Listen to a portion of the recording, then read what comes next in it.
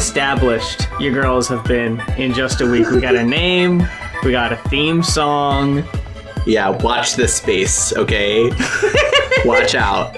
It's Moth and Siobhan, she, they, just like me for real, because we both go by she, they, and as we have discussed with each other in the off-mic hours, we are, dare I say, almost sickeningly similar in our lives. It's true. Our upbringing, our relationships, everything that's brought us to the dance. Trans people can listen to this pod and kind of have that she, they, just like me for real moment of hearing us and talking about what we're talking about and just being like, oh my God, I've been there, or I'm going through that. Or the pod could also be like what we talked about in the first episode, that kind of thing that people listen to and maybe crack some eggs along the way. That'd be nice. I want to crack some eggs. I want to do it. I'm not ready for it yet. I've not been transitioning long enough, I think, but that's a goal of mine. I want to crack an egg. If our pod or our Twitters crack your egg, please let us know. That would be a milestone. I need to check it off my list. It's very important. I've had some people say that my pictures with like makeup and stuff have like made them want to like get more experimental, but I think that's as far as I've got.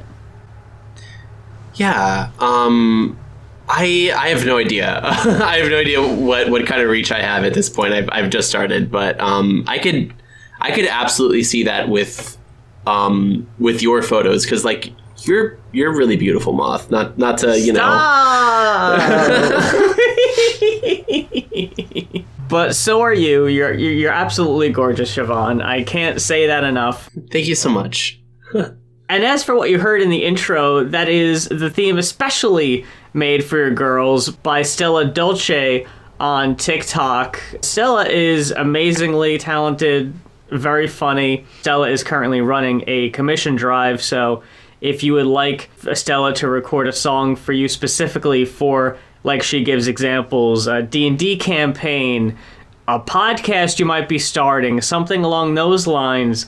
If you just want an original piece of music by Stella and you like her music, hit her up in the TikTok DMs. She is extremely accommodating, very friendly, very willing to talk with you through what you want and get it exactly the way you want it. This week, we got a couple things we wanted to talk about. We're talking about Everything You Want by Happy Birthday, Mr. Baskets. And this was a Siobhan suggestion, which you had me listen to this album a while before we even discussed making a pod. So I did, yeah. I haven't seen you this excited to talk about anything yet, so I'm very excited to hear your thoughts on it. How was your week since the last time we recorded? Oh, gosh.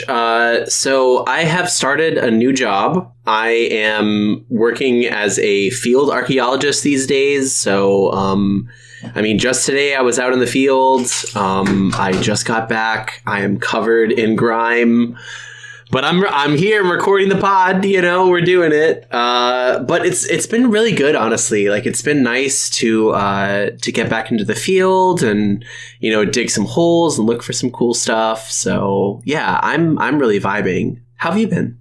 I've been fine. Big piece of news, I guess, is that my parents know I'm trans now. So woo! Huge W! That's out in the open. And it went amazingly well. I couldn't have asked for a better experience with that. I was super stressed and worried, but it was one of those kind of bite the bullet moments for me of just hell yeah, getting it out there, not having to worry about it, just living for myself, and yeah, it went really well. I've had discussions with them about it since then, just kind of clarifying things and talking about other things. And like I had tweeted about earlier today, as far as a possible future topic on the show, me and my dad for years have been bonding through music and sharing music with each other. And since he is pretty much a strictly rock guy, I can't really be like, hey, check out 10,000 Gex, because I don't think he's going to vibe with that. But yeah, it's a little esoteric. a little out of his wheelhouse. I was just kind of thinking, and the first band that came to mind of something that I think he would vibe with would be Against Me. Having just come out to him and him kind of being very new to the whole thing, and like I know he's seen some like reality show stuff about trans people, but I don't really know how much thought he's really put into it. I was like, you know what? It's a real bummer of an album, but I think it'll help shed a little bit of light on the whole thing and kind of some of the frustrations that go into the whole thing. That's super cool. And also it's like interesting that we're talking about this today because I think it turned 10 like today, the day that we're recording. It's either today or this weekend. Yeah, that's crazy. I was just thinking about that actually. I think Mel Stone tweeted today, another musician whose work we should definitely talk about. Yeah. Where she said that like listening to the record caused her to like, you know, finally fully accept her transness and come out. And I think that that's amazing. And, you know, God, Laura Jane Grace is like such an icon. And gosh, I remember when she came out in, I think it was like 2012 or like late 2011. I was in high school then. And she has to be like one of the first like openly trans, like famous people that I knew about. And that I was like a fan of, you know, so absolutely. We should definitely talk about that record. I'll save my thoughts on it, but yeah, it's fucking great. Save it for the pod. You save it for the pod. Yeah.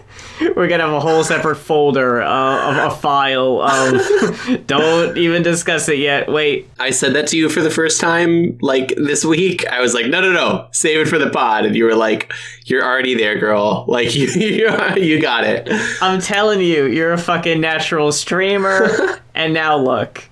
Speaking about streaming, we just did our first co-op stream not too long ago as part of your Lethal Company stream. Yeah, that was super fun. And you made a video about it too. It's up on your YouTube. You should check out. Yeah, if you're listening to us on Spotify right now, the highlights video, it's Siobhan and I getting into all sorts of hijinks and dying a bunch. Dying a lot. It's on the Riffcoms YouTube. I was going to say it went well. The stream went well. The game, not so much. Yeah, the game is very, very hard. It does not explain itself. It's kind of intentionally like esoteric and you don't really know what's going on or why things are happening. Like you kind of have to learn by example. Or by, you know, trial and error, which is fun for like a horror game for sure. But yeah, it's very difficult. It did not go well for us. The only way I knew anything about the game was watching other people play it. That was just like, oh, the thing comes down and delivers the packages. I know that. That swarm of bees over there, don't go over there. You're going to get stung. It was like those kind of things. I'm like, okay, I've seen that. I know what that is, but everything else, no. Like, I didn't know what the fuck thunder and lightning was. I was just like, what's exploding? Yeah, it like killed me one time because I was like carrying this giant screw or whatever and it's attracted to metal. So you got struck by lightning. I didn't even know that. Yeah, it's on the VOD because I was like playing when it happened. But it was funny because like when you die, you're disconnected from the voice chat. So I can't tell everyone I'm dead. This is what killed me. I just had to wait. The only other thing... Now, I don't know if we want to have a fucking discourse corner of the pod or not. Oh, God. I would be okay for a Discord corner. We could do that. Because a discourse corner. Something that's... It's not as pleasant with the Twitter trans experience. And I tweeted about this and got a pretty sizable reaction, but the vibe I got was that people agreed to varying extents, but don't really like discussing it, and that is the topic of sissies and cross-dress fetish pages and how their interactions with trans pages go. And personally, I'm just going to lead with this. Sometimes I kind of worry that the way I present myself on Twitter is kind of more of a... I don't even know how to put it, but like what you see when I post every day isn't what I look like every day. You know what I mean? Like, Yeah. like you and a whole bunch, like a majority of people, which is why I get so down on myself about it, will just like, here's what I look like right now. Here's what I look like today. And y'all look beautiful. And it's like, wow, I don't do that. I set up a photo shoot on the weekend, take 100+ pictures, and then I'll sprinkle them throughout. And that's my picture content on Twitter. And I get on myself about that because because to me it doesn't feel genuine. Like I feel like I'm putting this like almost a character. Like that's how it feels to me when I see how other people can just so naturally go through life looking this way and presenting themselves this way. So when I see sissy pages and cross-dress pages liking my stuff, following my page, retweeting my stuff, I get that sense of like that people on the outside probably don't see much of a difference, and that hurts me a lot and fills me with a lot of self-doubt of like, I know what I'm doing isn't the same, but I get those moments where I kind of double think, you know, or a second guess myself. And that's not my fault. And I guess that's only part of it, but yeah, I guess that's where I'll start. There's a couple of like sissy pages and like cross-dresser pages that follow me and like will interact with my tweets. I tend to not interact with them. That's a costume or like a game for people where like, you know, my transness is like an innate part of me. I think ContraPoints at one point said something in one of her videos, which was like drag is a costume that you put on, but like I want to be a woman at the grocery store. You know what I mean? Exactly. Or I am a woman at the grocery store, rather. First of all, with your situation and kind of like how you do like your life and your Twitter, I don't think that that's, you know, false in any way. And I also don't think that that's, you know, super different from what I do on Twitter. You know, I think like very often I will not post photos unless like that was the day that I shaved and put on all the makeup, you know, and like other days I don't look very good. I don't feel like I look very good and I don't post anything. Like I haven't posted a selfie since the last time I felt like I looked nice, which was several days ago, which I don't think is like terribly different from what you do, where you just do like large batches and kind of spread it out. So, I mean, just first of all, to assuage that sort of doubt in you, my experience with a lot of like those kinds of folks is that they often come out of the gate being like very like sexual or things like that. And look, I mean, like we're all kind of a little sexual online. That's fine. But it's like because I know it's so fetishized for them, it feels very objectifying for me, you know, which is why I tend not to interact with them if I can get away with it. What I think I've heard as far as the contrary, sometimes the cross-dressing and sissy play or whatever can kind of be the foot in the door for potential people to realize that they are trans. So it's like that playful cosplaying is what eventually cracks their egg. I think that's why it's tricky for people, or maybe people have had that experience themselves. Absolutely. I mean, I know a few trans women who that was a gateway to them when they were much younger. And, you know, unfortunately, like, I think, like, sex and sometimes, you know, pornography can be a gateway for a lot of people, which is unfortunate. It kind of shows you the state in some places of, like, trans representation where we're represented as fetish objects, but not necessarily as people, you know?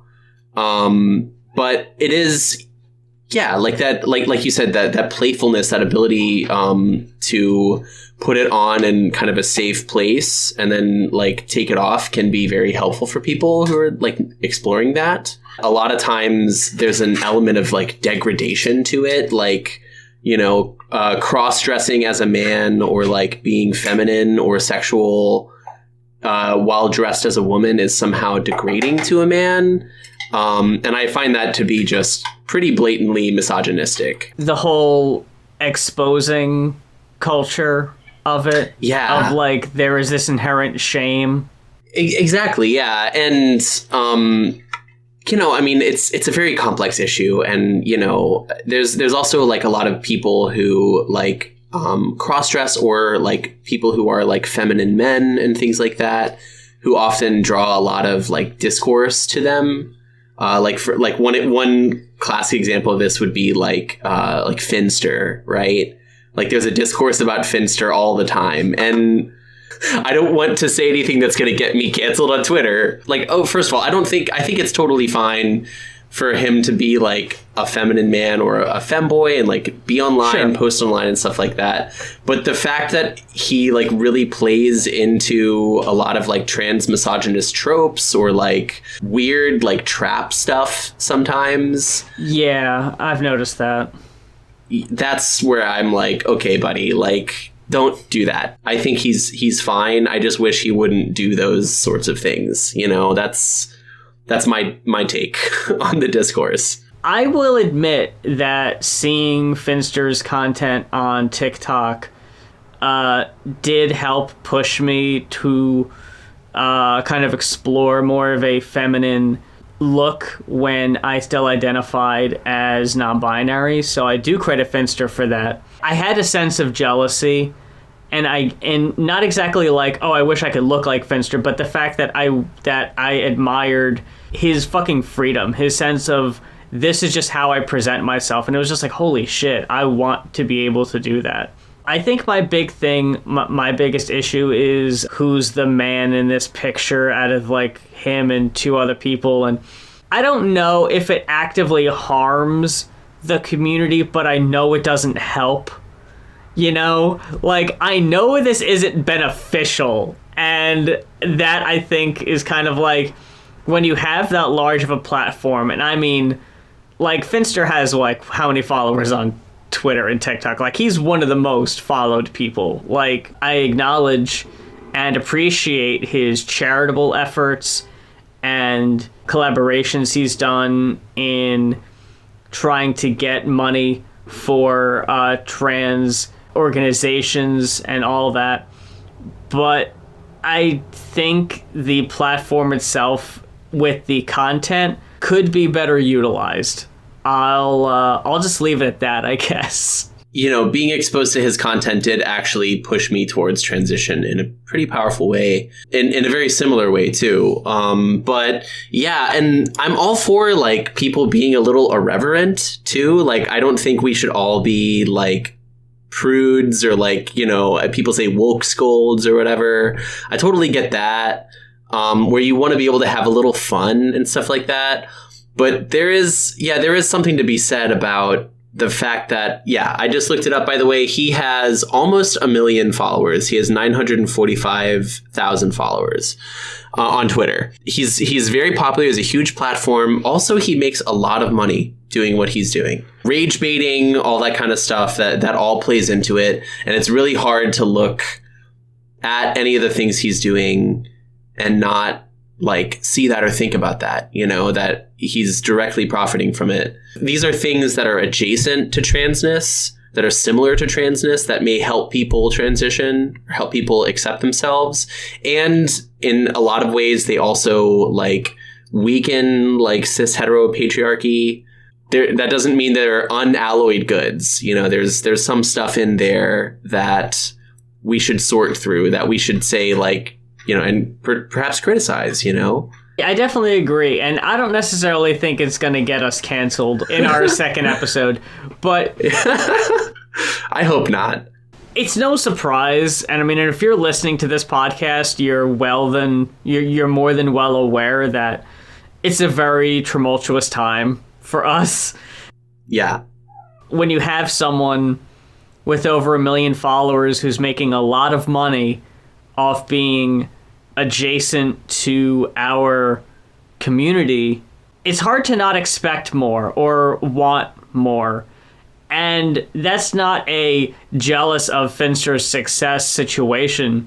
That's just how often I see people on TikTok and Twitter talk about not being able to afford their gender-affirming surgeries or not being able to afford or have access to their HRT and losing access to shelter, and then seeing someone who is adjacent to the whole thing being very well off and being charitable at some points. I can't help but feel a little some kind of way about that. I don't think you can blame us for looking at someone making a lot of money and being skeptical, you know? And the fact that it is, in my opinion, making money off a perceived trans person when the average person on TikTok who doesn't know his situation might not know the whole story, might not know what his deal is. It's frustrating, yeah. And it's like, there could be a trans person out there who's like really struggling to like maintain their HRT and like financially, and maybe is dealing with like homelessness or like, you know, other things that like are very common in the trans like community. And, you know, a big one is like violence from people who consider us tricksy, that like we're trying to like trick them into being gay by being just ourselves and beautiful. And he's directly playing into that, you know? Ultimately, I think Finster is mostly harmless, just really annoying sometimes. I'll say that. Harmless, but annoying. Yeah. I think that's fair. Outside of all that, I think we've covered just about all the mini topics we had possibly had lined up. We could transition to the album discussion. Yeah, let's do it. I'm bouncing up in my chair right now, like a bunny. I'm going to let you lead this discussion because I want to, because I never heard of this artist before you'd mentioned her. I've never heard of the album. I want to hear your thoughts. I want to hear your perspective, and then we can talk about this. This week, we're going to talk about a record by Happy Birthday, Mr. Baskets, who is also Videomancer on Twitter. It's also they, she pronouns. They describe their gender in their Twitter bio, which I love, as none gender with left girl. And I love that. That's so based. And also, they're like kind of a crazy like polymath genius. Like, I think what they mostly do with their life is like animation, you know, like in the style of like Bunalith, if you know her from Twitter. Oh, mm-hmm. Very similar to that in a lot of ways. And in fact, she's made like videos for like one of the songs in this record in that style, just all animated, which is, I think, so cool. I'm going to have to check that out. I didn't know about that. Yeah. And she's on TikTok too, so check them out. The artist is called Happy Birthday, Mr. Baskets, and the record is called Everything You Want. This came out in late 2022. It's been on my repeat for months. Like, I just listened to this record back to front, just constantly.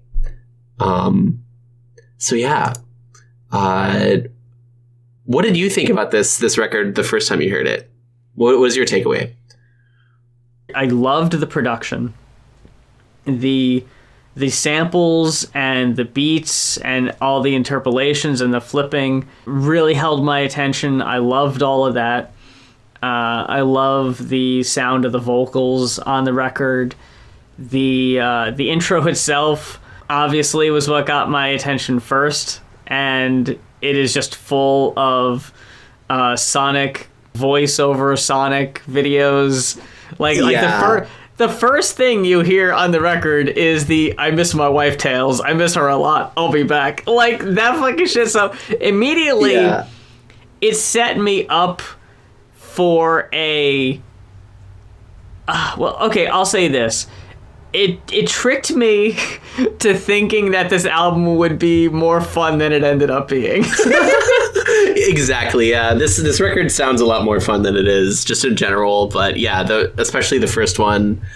And yeah, there's like Sonic references and there's like all kinds of weird samples from different places. The intro also features Jay-Z's part from the introduction to one of Fall Out Boy's records. Oh, God, I'm a Fall Out Boy super fan and I'm dropping the ball. Infinity on High. What you critics said would never happen.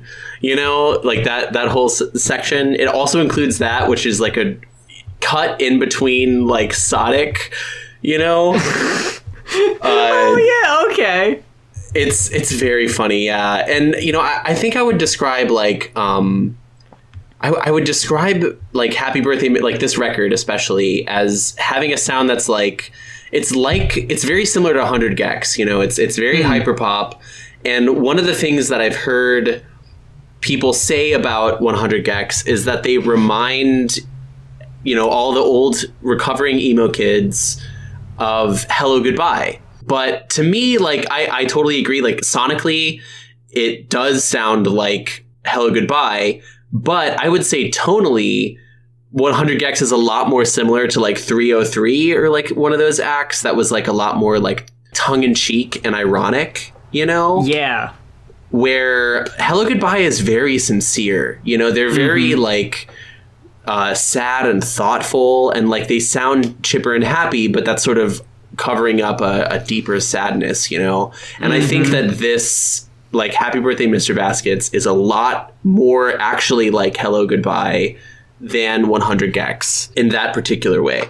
And also I just think in general it's like a lot more sincere than a lot of hyperpop, which tends to, you know, lean a lot more into that like heavy irony positioning, you know?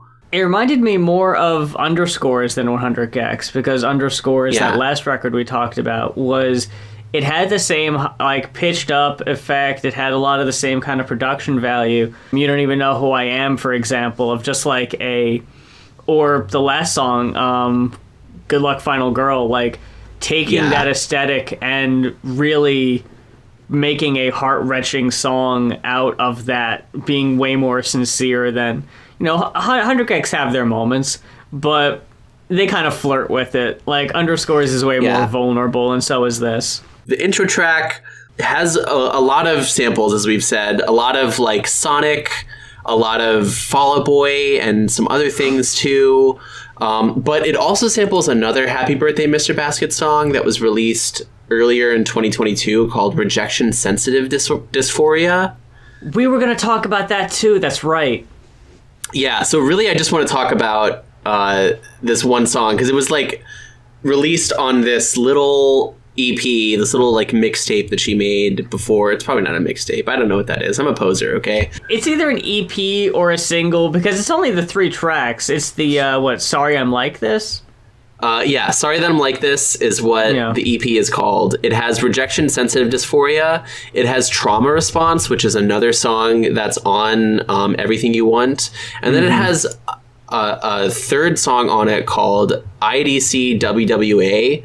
And that song is a lot more similar to the record, the Happy Birthday Mr. Bass's first record, which is a lot more like emo pop, guitar-driven sort of sound. I find that kind of interesting because it's like that EP is sort of a gateway between, you know, the old record and the new record in that way.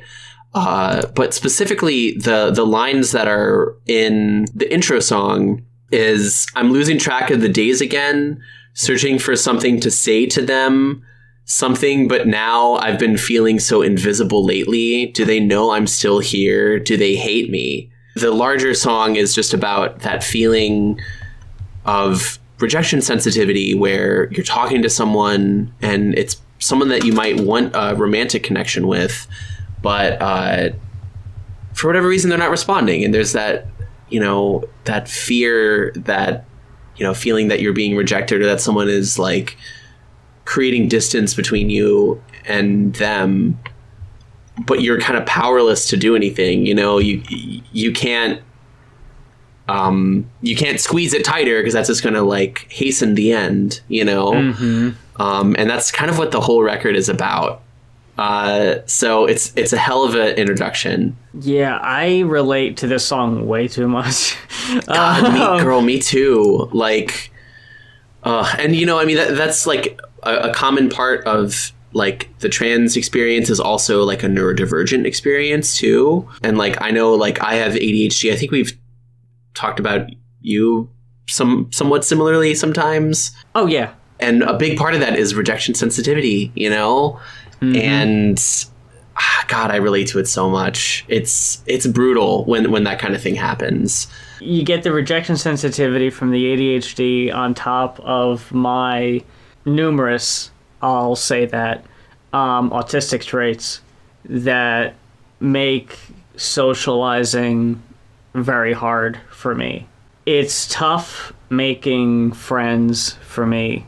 In person, it's practically impossible, but online it's not a whole lot easier, because I tend to really put a lot of myself into trying to seem worthy of someone's time. It's like I want to put a lot of my effort into this because I want to make a friendship work, but then at the same time I worry that I'm going to seem like obsessed or seem like I'm putting too much of myself and scare the person away. And that is scary as hell to me. So oftentimes it's just a lot easier for me to just not pursue friendships at all. The bridge of rejection sensitive dysphoria is 3 a.m., still no response, feel ashamed to even want, wondering where have you gone? Like, God, that's so relatable. I've been like countless times in my life staring at my phone, like, do I double text, or I've already double texted and I'm like, oh no, like, this is it. There's still no response, and I'm just it's a feeling that is captured very well with this song. And then with that, we get right into it with the next track, Faster, which is a very simple, straightforward kind of love song where it's like, oh, we're falling in love with each other. It sounds like that too. It's like really upbeat. You're friends with someone, start to like them, and then you're like, oh, like, is this going to be a thing? Let's see. One of the lines is, for friends, we tend to text each other good night quite a bit. And if I didn't know better, I might say that somebody is smitten. Just capturing that feeling of like sort of falling in love. And then the chorus is, won't you stick around? You sing along as my heart beats faster now. So for me, it's like it keeps this through line of like, not desperation, but a kind of like yearning, for that connection, for someone to stick around. Yeah. But it's like kind of triumphant. Like, it's like, oh, someone might stick around, I can't help but I did pay attention to this record, but you pointed that out. So I was like, uh-oh. I do that good night stuff a lot. Yeah. It's understandable. As I pull the hood over my face, because I'm in the music room, and it's fucking cold in this room, so I've got like socks on and a hoodie, so I just pulled the hood in front of my face. I'm like, oh shit. Uh-oh. Yeah. That's such a vibe. When you asked me about my experience with the album and listening to it at work, one thing that I slowly started to pick up on were these goddamn outros, right? The outros, the little sketches in between, so it's a big part of the record, and the first one is right after this song. Yeah. And like a feminine voice comes on and says, I think it's important to note, it doesn't have to be you, and it probably won't be, but I've been choosing to live in hopes that I might meet someone like you. And wherever this goes or doesn't, I'm glad that you're right here, right now. I hope you stay a while. I've been adrift so long. It's kind of nice to stand on solid ground for once. So, yeah, this song introduces a central character in the record, which is like the sort of object of desire, the person who is, you know, the love of the speaker, the person the speaker wants to be, or the singer in this case. And yeah, it comes up a lot, so we're going to keep talking about it. The second song is called Entangled, and it is a very simple love song again. But this one is more like it's open with the love. It's like they're together, they're doing it. Like I said, pretty straightforward lyrically. I think the one line I'd like to note, just because it like keeps with this like larger theme of the record, is I still can't believe it that it's not a dream. You tell me how nice it is to feel seen. I couldn't agree more.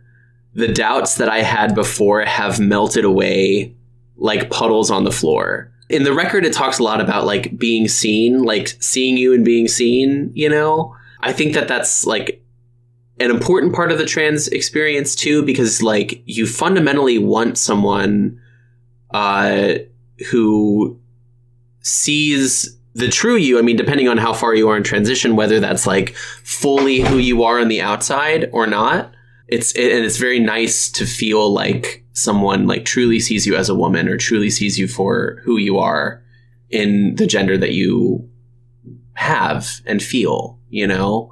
It's pretty special, I'd say. The very next line is the one I was going to highlight, the learning how to see myself the way that you see me. Yeah.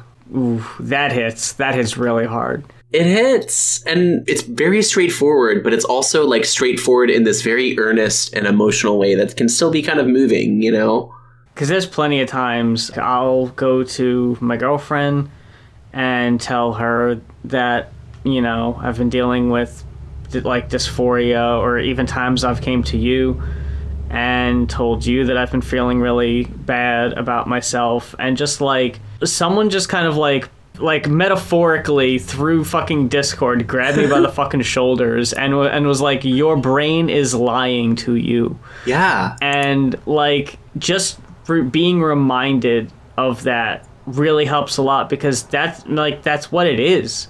Like, yeah. It took forever for me to really realize this.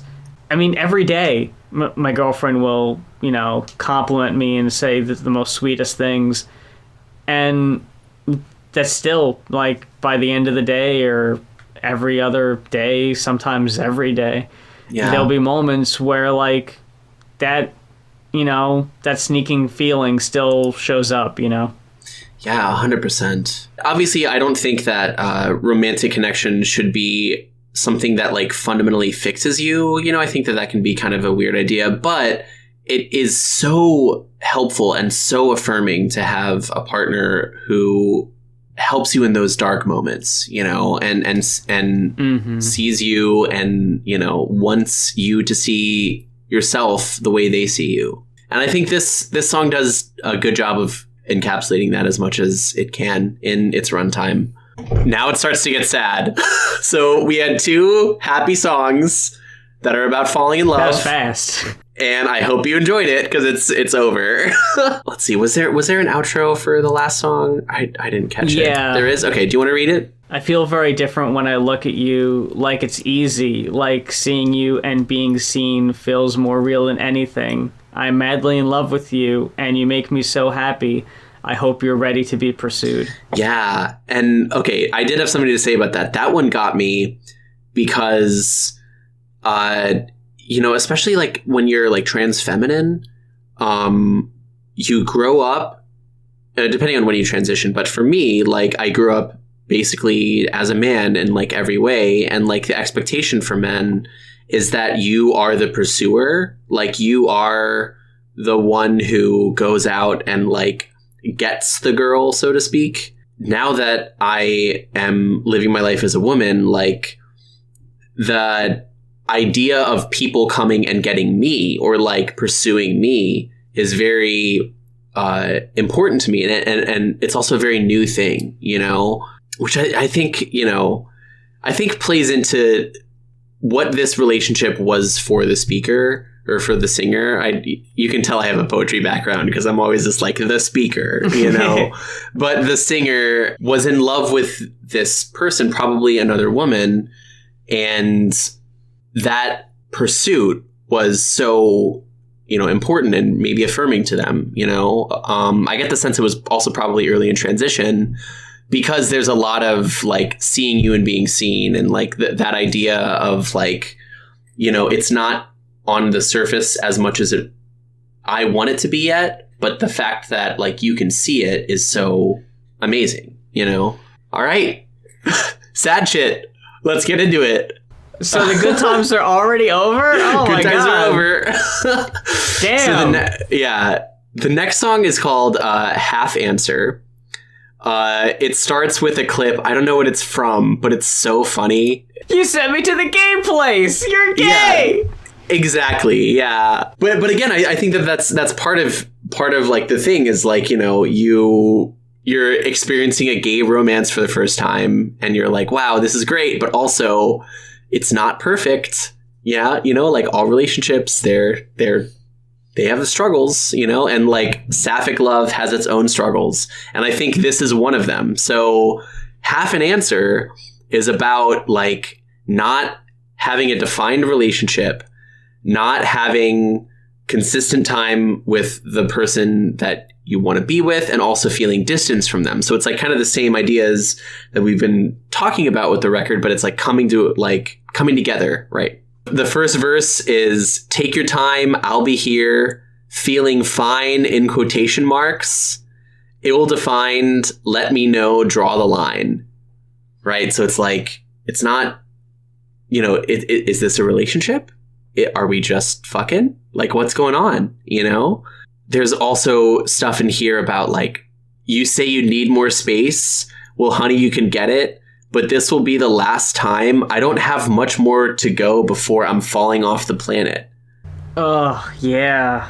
Sometimes like new relationships can be a little too strong for people. I would also say sometimes like people can be quite distant. I mean, in longer term relationships too. And that can be a really hard thing, especially when it's not defined and you don't have the security of a larger relationship, like what could it mean? Yeah. The one that got me is the bridge. Write it down, think a bit, scratch it out, think about, say hello, am I allowed? You might have seen this. I'll send messages and then delete them or unsend them. Just be like, no, that's fucked. That's weird. Yeah. I don't want to. But like, I do that shit with everybody. Like, no, that's too much or that's too weird, Like, being very nervous about saying the wrong thing that I get in my head a lot about that. The singer in this song is absolutely like grappling with that in a big way. I think one thing about like sapphic relationships that's really different is that it can be very intense very quickly. It can also be very like uncertain and you don't really know where you stand because like women have a tendency to be very nice and very sweet all the time. And you might read more into that than actually is there or intended. And that can also be, a source of much distress. I've definitely run into that. Yeah. We have another sketch, another outro in between this song and the next called Separate, which is basically an audio recording of this person, the same voice, breaking up with the singer, right? There's mention of a lovely homemade gift that the singer made for this person that she still plans to display and cherish. And, oh, you've done everything entirely right. And that's why I think you deserve the entire world. I think we could still work together and have amazing things happen. I still want to be so involved in your life. That's how it closes. And again, it's like what I was saying earlier, where it's like women can be very nice. Women can say things and not want to hurt your feelings. And maybe that's not entirely intended, or that's not entirely true, Yeah, that all sounds very familiar. Yeah, you and me both, girl. You and me both. Yeah, so then we get into trauma response. Yeah, it's just basically encapsulating that feeling of rejection. This line got me, leave it to you to break the pattern, make me feel like my feelings matter. It's gonna hurt, but not as much as the feeling that time is running out. Oh, yeah. At this point, we get into like this song and the next one, Asymmetry, are just sort of about that part of relationship where things are kind of falling apart. I don't have much to say about these two songs in particular, more than I've already said about especially like Trauma Response, which relates a lot to the themes of this record. But like, oh God. So in my opinion, the second half of the record is really, really good. Like every song is a masterpiece, in my opinion. Yeah. After Asymmetry, we get another little sound clip, which basically says, I want to be honest about a point. That I'm seeing someone, and I'm finding it difficult to describe my current friendship with you. And I don't think it'll work to maintain even coworker status, which is like the ultimate, like, final rejection of like, now I don't even want to be your friend, essentially, or even like a coworker to you, which is just someone who's around in your life. It's taking so much in my power to just not tell you all about like the worst breakup I've ever had. But I don't even know if that's even worth it.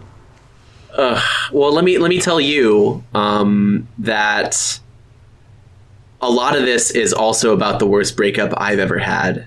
For me, where, you know, it was a very similar thing of like somebody just consistently distancing themselves from me until finally cutting me off, which they did as like a nicety, you know, which is made it even worse, to be honest. But I feel you. And that's one reason why this record very consistently makes me cry when I listen to it. I don't miss the person at all. And like, I'm so incredibly happy and I can't ask for anything more than what I have with Nebula. And, you know, life is amazing and I wouldn't change it for anything. Like, I'm glad all of that ended up happening or else I wouldn't be where I am now. But it still doesn't change the fact that, like, that fucking pain is still kind of there.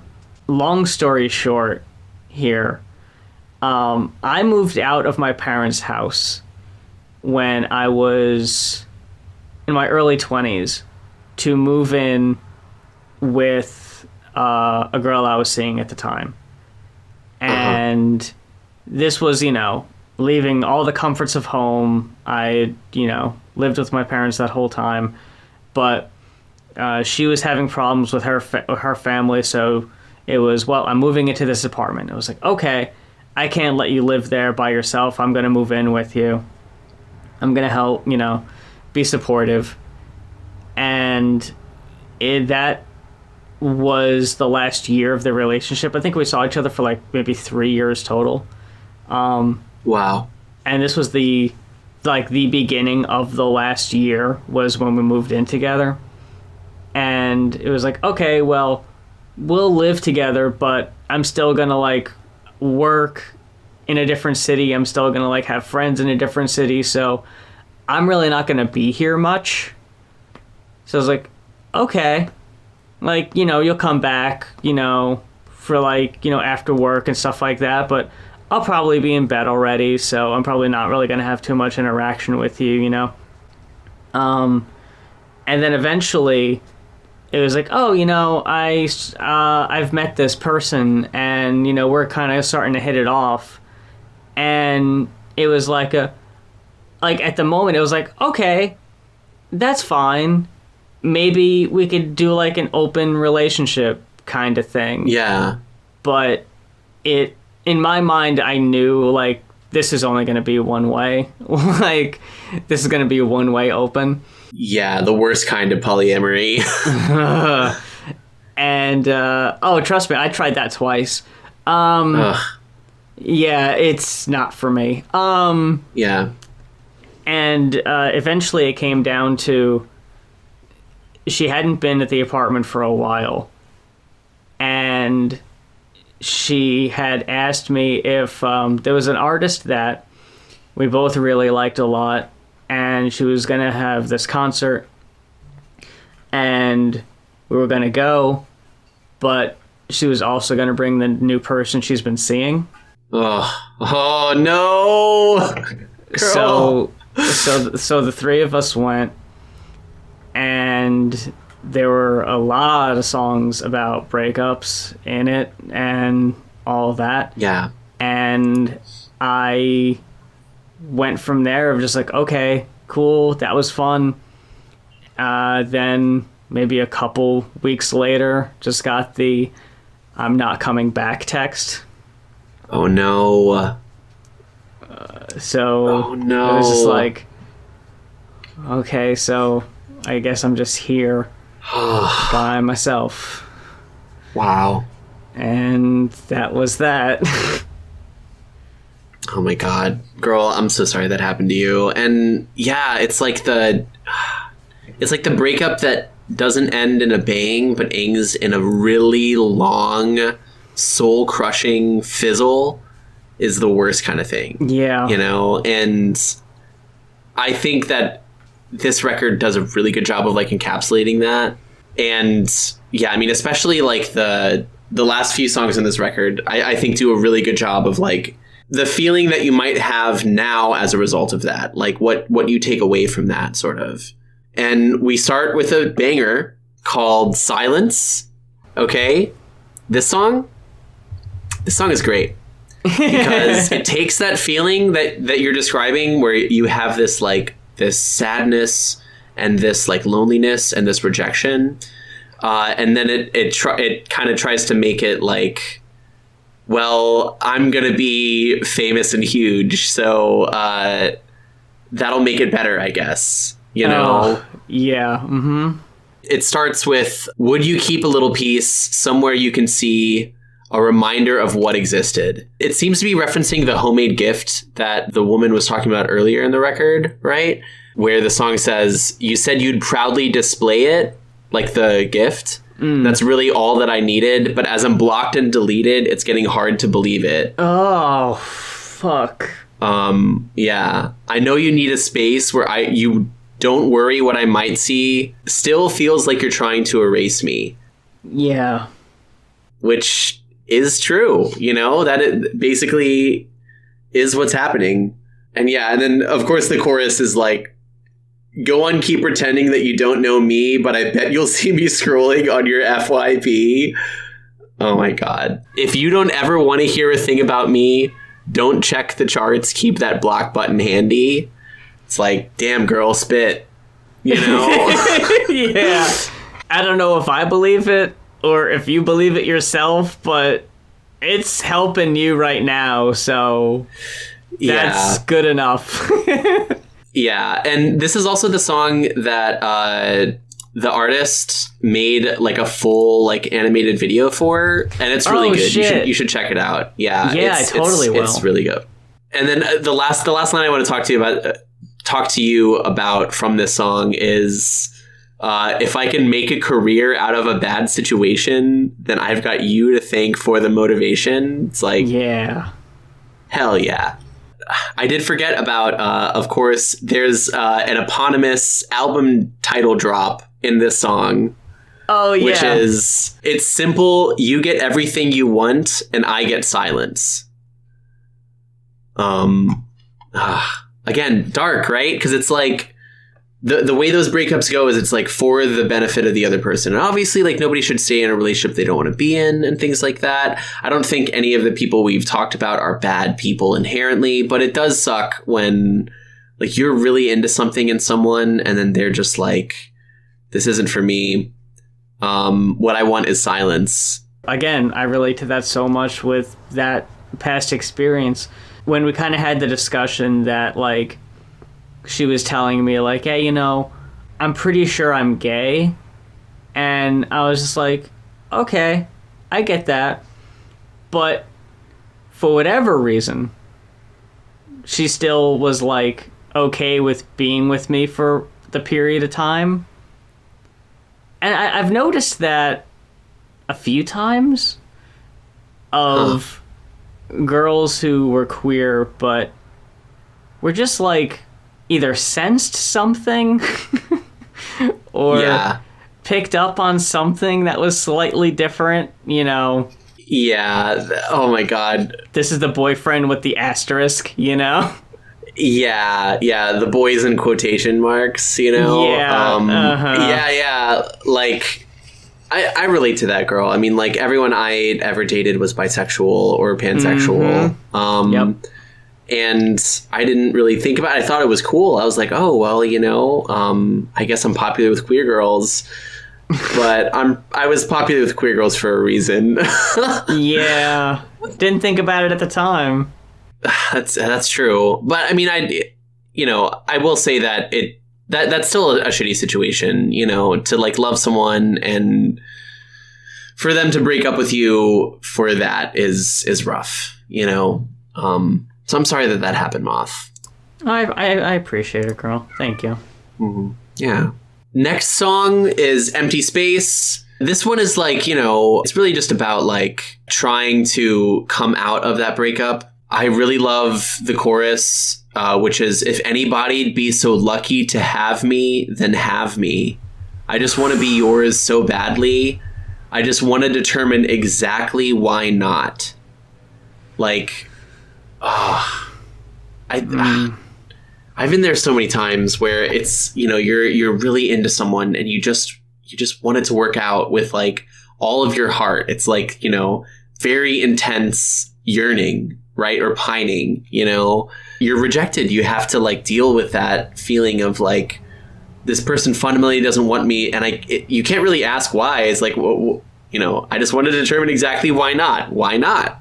You know, what is it about me that is not like working for you? Is this something I can fix? Myself? Yeah, exactly. Ugh. And another line too, which I think is important for the themes of this podcast. It's the ache I cannot get used to. Teach me how to move on like you do. And if we haven't gone too far, teach me how to be beautiful like you are. Yeah. And I think that's really where it's like, I get this feeling that it's like something about this relationship sounds like it's early transition, where it's like, you don't just like this person. You're not just attracted to this person because you think they're attractive. Yeah. They embody something that you wish that you could embody too. It's rough. Something that I've like experienced with, you know, my relationship with my girlfriend, who we've been dating for a while. She's trans. That like, I felt that way about her for a long time, where like she's beautiful. I was attracted to her for that reason, but also because I desired what she had. I wanted to be like her. And I gotta say, hats off to her for still dating me, because that is kind of a weird thing for me to drop on her after we've been dating for a while. Like, oh, well, I'm trans, and also I have this feeling, which is can be kind of cringe. But we're cool. She's cool. I'm really glad that wasn't a problem. That's awesome. Yeah, it definitely could have been. Speaking of discourse, there's been discourse about that too, where it's like, oh, sure. You know, a man reaches out to you like, oh, will you like do my makeup for me and stuff? And it's like, I'm not going to do the work for you, kid. You know? Yeah. But, you know, I guess it can work in certain circumstances, obviously. Yeah. The one part I was going to point out, because, I mean, it fucking got me when I first heard it or saw it. Earlier in the song when it goes, tell me what to do, what's it going to take, what do I have to become so the next one stays? And then just that pitched up David Tennant from his Regeneration, the I don't want to go. Like, yeah. No! Yeah, it's real. I don't want to go! Yeah. First of all, excellent sample, because that so good. Scene also encapsulates that feeling of like, you know, I didn't want David Tennant to leave as Doctor Who either. I loved the show with him in it. You could tell the actor loved it too. But, you know, it had to move on for reasons that were outside of a lot of people's control, you know? Oh, that's such a damn good point. And it really kills me. I agree. But yeah, what do I have to become so the next one stays? Like, I fuck, know. that kills me. That brings us to the next song, which is my favorite song on the record, Bored. One of the things I like about this, first of all, is every song up to this point, including all the interludes, have all been like woven together into like one kind of like unending song. Yeah. And this one starts with total silence and the sound of someone putting a record on, like a new record. Oh, you know? yeah. Mm-hmm. So it, represents like a break in time, a new chapter, right? And it starts out by just talking about like, like you're talking to someone new and things seem to be going well, And it kind of echoes before, like, where it says, there's one thing you need to know, that no matter where this goes, if it's short or if it lasts, there's just one thing that I ask. Kind of referencing before where it said, like, wherever this goes or doesn't, Right. The same kind of thing, like, the singer has learned a little bit about, like, how, sometimes these things seem so powerful, but they can not necessarily be. But yeah, the chorus is... when you get bored of me, give me a heads up that you want to go, because I won't know till you're gone. And then it just goes on with that, basically just like, tell me that your feelings are changing. It's a song, we've heard songs like this before, but just in the context of this record, like, it gets me every fucking time, especially the second half, where talking about, that feeling of like, please tell me when you're done with me. And then it says, if you tell me that you'll be around and want me in your life, and tell me I'm important but can't manage to reply, then drop right off the planet without even a goodbye, and tell me I won't lose a friend but let someone else decide. Ugh. Yeah. And, like, okay, I gotta say, so the worst breakup I ever experienced it happened to me quite recently, around this time last year. I was dating this guy for like 5 years. Oh my God. And yeah, and we lived together for a while, with Charlie, and like, probably the person that I in my life have loved almost as much as Charlie in some ways, Charlie's my husband. And we had to move out. We couldn't keep living together just because, like personality clashes and stuff. But when we moved out, I felt, that he started to have more distance from me, more like, wouldn't respond. He would do this exact thing. He would tell me I was important, but that he couldn't manage to reply, and then, yeah, dropped right off the planet. And it was really hard for me. And in fact, I'm trying not to cry right now. No. And this song pretty much every time makes me cry. Yeah. And also just like, I gotta say too, the whole framing of this song is so like powerful to me, because I've also been like talking with someone new recently, for the first time since breaking up with this guy. And in fact, she actually introduced me to this record.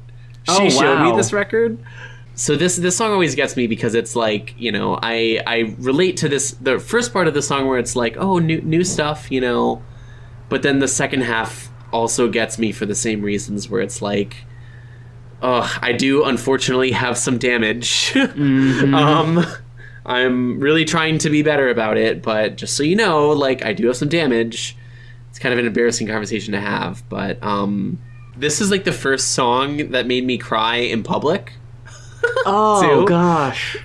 Yeah, because I was listening to it like on my walk, and like I like to walk to the grocery store sometimes, and I was like going to the grocery store to get some like yogurt and eggs and stuff, put in my bag to walk back.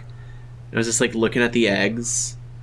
And then that line played about like, you tell me that you want me around and that I'm so important, but you can't manage to reply. And I just fucking full weep. And like, also, super boy mode too. Dysphoria hoodie and everything. I was like decked out, girl, just weeping. And like people are looking at me and I'm like, I gotta go. Yeah, it gets me. It gets me for real. So yeah, this one's really beautiful. Yeah. And also another thing that I like about it too is a lot of this record features the classic like hyperpop like modulated voice. Yeah. But this song starts with the singer's like not unaltered but like mostly unaltered voice. Yeah, that's right.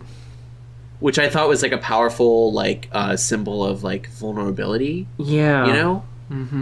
Of like this is like what it is without all the extra layers and like, you know, what you put out to people. This is like a real expression of like not that like, you know, a deep voice for a trans feminine person is like more real, so to speak, but I just mean that it's like it feels more vulnerable, if that makes sense. You know, it's like talking about voice training, like I try to voice train mostly for cis people because I feel very like comfortable around other trans people, right? To just like say whatever, and talk how I want to or how I feel like is natural to me.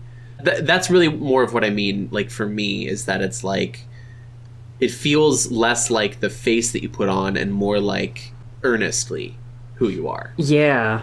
So finally, the album closes with "Aligned," which I think is probably my second favorite song on the record. This one, the production is so good. Like it really like literally soars in moments, you know? Yeah. It's basically like a review of like everything that happened in the relationship, looking back from it from a comfortable distance, being able to like really understand what happened and appreciate it for what it was. And yeah, I think that that's quite beautiful. So so there's like a lot of like really beautiful symbolism going on in this song, a lot of cosmic symbolism too, which is something that is pretty meaningful for me. I love space. Speaking on that, there's this line, two objects hurling through the cosmos, slowly converging, passing so close, nearly parallel, but not enough time to brace for the farewell. Ooh, you know? Yeah. But for a moment, caught in the orbit, side by side, it's going to happen or it's not. The chorus is, you know my opinion on fate. I guess we didn't have it in us to make a change. Didn't quite land where we aimed, but it's always going to kill me how close we came. Yeah. You know? And I think that's the thing with like relationships like this that stick with you the most, is that it was like almost so good, but it wasn't. You know? Yeah. It was it was a beautiful moment or a beautiful series of moments, but not a lasting thing. Most beautiful line in the record, in my opinion: never seen a light like yours before, never enough, I'll always want more, passing, swirling, phasing through each other. In the brief moments we mixed, we made a beautiful color. Yeah. And that's so beautiful to me, because like that is sometimes what romantic relationships feel like, where it's like you are like mixing and melding with a person in really interesting and beautiful ways. Yeah. And it does feel like a new color of like, you know, your two inner lights mixing together. I just feel like I'm reading this whole song, but it's so good. I don't want to not talk about every line. Such a striking chord, overtones never heard before, might never be heard again, but I'll always remember when. Yeah. Yeah, all the stars and planets conspired to bring us together and set us on fire, shining, blazing, soaring through the clouds, till all the oxygen ran out, and a fall took place. I'll admit we got a little too close to space, but while we were flying high, it always felt like... And then like all the production opens up, and it's like so soaring and beautiful. It's like this really incredible movement that feels like cosmic and like really powerful. And you know, I like last night in preparation for recording this, I just sat for a while, cuddled with Charlie, and we listened to this record. like end over end, and we were talking about it, and I said to them that like this song is kind of like if Owl City's Fireflies was actually about like queer like yearning and pining. Yeah, totally. Fireflies, but good, basically. That's. Yep, I see it. And then also Sonic comes back too. I know. Sonic and Tails are featured in it. The gang's all here. And God, it's so beautiful. I would so recommend listening to it. Yeah, there is a reprise that ends it, but it's sort of just like it takes all the high moments of the record and puts it together. I'm not always a big fan of reprises, but I thought that this one was pretty nice. Yeah, it really is such a great record. Oh, absolutely, yeah. And let me tell you, there's really no downside to listening to it again, because I've done that over and over again. I think I probably listened to this record like 3 times today. I didn't even listen to music that much today, but just like it's easy to put on. It's like really, really good hyperpop. It fucking gets me, girl, you know? Yeah, I can't thank you enough for bringing it to my attention, because I don't know when I would have heard of this record. Definitely underappreciated Happy Birthday, Mr. Baskets. And yeah, you don't really see that name come up very often. Like, I've listened to a few playlists, and a couple times a song from this record will maybe pop up, but, you know, not a lot, really. So I'm grateful that that you brought it to my attention so I could hear it, because it is so good. I've listened to it so many times now. Hell yeah. Yeah, well, I'm happy. And also shout out to the girl that I'm seeing who introduced it to me. What's up, baby? How you doing? You know? Oh shit.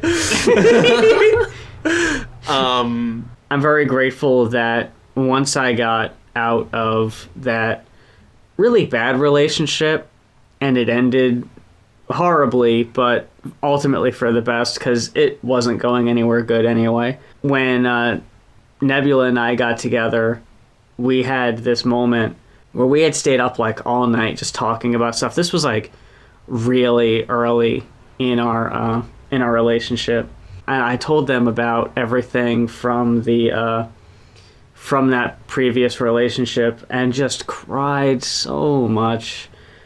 And they were just so nice and so willing to just hear me out and let me get all the emotion out, because I just hear so many stories about like, oh, I was on this date and this person was crying about their ex and it's such a red flag, but they were so just like, yeah, like, that sucks. Like, like, that was a really bad experience, and it's totally natural to be feeling really bad about it, And they've only been so much nicer since then. Like, talking about the making a beautiful color together, like, both of us are not even remotely the same people we were when we first got together almost.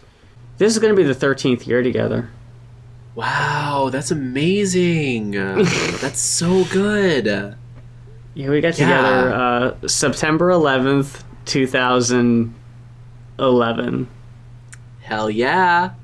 9/11/11. Right? What an anniversary. That's great. Oh, never forget. Never forget. Yeah. I had to. Yeah. And that also resonates with me very deeply too, because Charlie and I were very similar. Like, this will be our 10th year together.